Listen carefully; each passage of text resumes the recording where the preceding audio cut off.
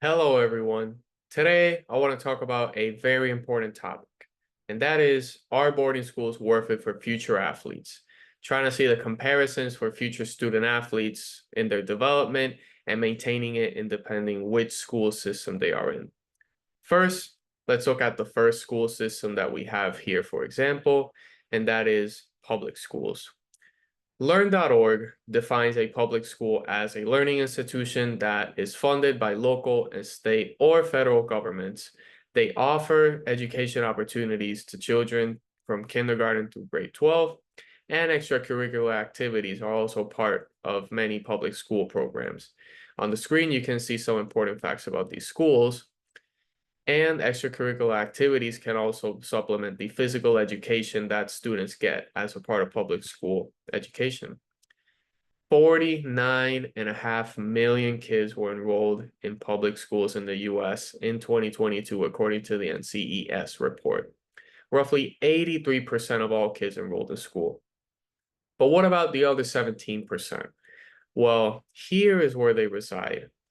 Private schools, according to learn.org, are private or independent schools that are owned and funded without the local assistance of state and federal governments. Elementary, middle, and secondary schools can be private, as can colleges and universities. At private schools, students pay tuition to attend. In contrast, public K through 12 schools cost nothing, and public colleges generally offer significantly cheaper tuition than their private counterparts. As far as some advantages of attending such institutions, here are some that can get your interest, such as university preps or prep school, which are private high schools that have established a goal of preparing students to enter college. Boarding schools provide minor students with education and a place to live. And some religiously affiliated private schools offer religious education in addition to basic studies, while others maintain strictly secular academic curricula. Differences aside, let's talk about sports. What are some advantages or disadvantages that a kid can encounter in these schools?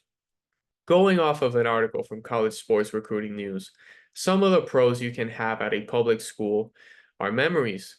Public schools provide some of the best memories for any athlete. This consists of going to school with your hometown friends, getting to play at your local school with them, and every dream to take them to the playoffs and try to win a state championship. These goals help drive these athletes to do their best on and off the court and reach these dreams with their childhood friends. Another one would be cost. Essentially, if you're going to a public school, it means you're going to school for free. Aside from paying for your sports equipment, you are able to play sports at a low cost and still decently at a high level. And number three would be convenience.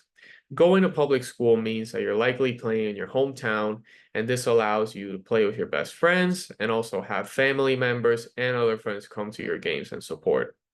As for cons for the public schools, unfortunately, these can be the pros for private schools. So first of all, opportunities. Most prep schools are boarding schools where the athletes have to live on the campus of the school. This can prepare them for living away from home before even going to college. They also offer college level training because they have time with their athletes outside of class. Number two is competition. Private schools do not have to follow state athletic rules, which means they can play with any team they want to play. That is why many prep schools travel and play other top level teams around the country. And number three would be recruiting. Many coaches and scouts attend prep school games just because they know they will find good talent at these games. Prep school coaches usually have a wide range of connections to college coaches and can help their players get into high level programs. The biggest drawback in private school is money, as some prep schools can cost as much or even more than colleges. These schools will offer need-based aid and help you as much as they can if they really want your skills on their team. And this is where a competitive advantage takes place between the schools. As how Viking magazine lays out perfectly in one of their articles about the differences in these schools, a public school only has a certain amount of funding they can devote to athletics. And so instead of having separate experts and staff who enhance athletes in all facets of their game, as many private schools have, teams will generally have one coach who manages every part of the team. With updated gyms, high quality equipment, and well-paid coaches, it makes sense that training in these schools might produce a higher quality team. Additionally, parents who can send their children to expensive private schools might also have the means to have their kids play on other club sports teams, which might help them improve outside of a public school at a faster rate than those who cannot play on a club team outside of their school season. But now let's change perspectives. As a sport leader, do you have the means to compare these both systems and wonder where would you feel you can make your biggest impact? Do you want to take on all these challenges that public schools face in regard to their athletics program and try to make it the best it can be? Or do you want to join the already established athletic program and compete against the best of the best? From the same article from Viking magazine, a public school has not won the California State Division I football title since 2008, leading to a disparity in athletic success between private schools.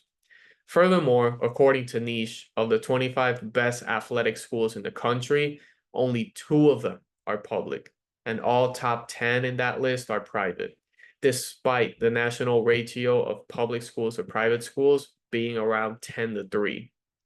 It is clear that athletes attending private schools have a disproportionate advantage in athletics. But as sport leaders, we have a duty whenever we are in the sports industry.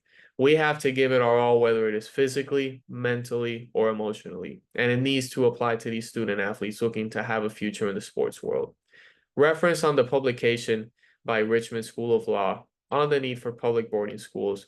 Though in-school factors are important, social science data suggests that domestic and environmental factors are often of far greater influence in inhibiting student achievement. What good is a top-level private school's athletics department if its people do not know how to execute their resources? Why do you think many of the star players that have come out of public high schools give their coaches their flowers whenever they get the chance? Because they sacrificed their careers to make sure their athletes could end up in the next step of their careers. And this was all from the heart. Nothing in this process was made easy. This is a sport leader building significant relationship with your team, being a role model and exemplifying values, developing life skills, testing your team to ensure you have impacted them and willingly being there by their side when they need you. That is the role of a sport leader, making sure that it doesn't matter in what school system you are in, you are bound to succeed. But to conclude, to end, yes, private schools are worth it for students that are able to go if given the opportunity. But there has been one factor that I have not mentioned right up until now, and it was regarding the differences between both school systems and its people. Not everyone has the opportunity to go to a top level school and have a future lined up ahead of them. And unfortunately, it doesn't look like that system will be changing in the near future. But they do have the opportunity to go into an athletic program and have their career shaped by the leaders it creates. And that is why I encourage all sport leaders to know that the most important thing you can offer to these students is yourself, because not all have access to the resources, but everyone has access to a role model in their lives. Thank you. And here are the references used in this PowerPoint.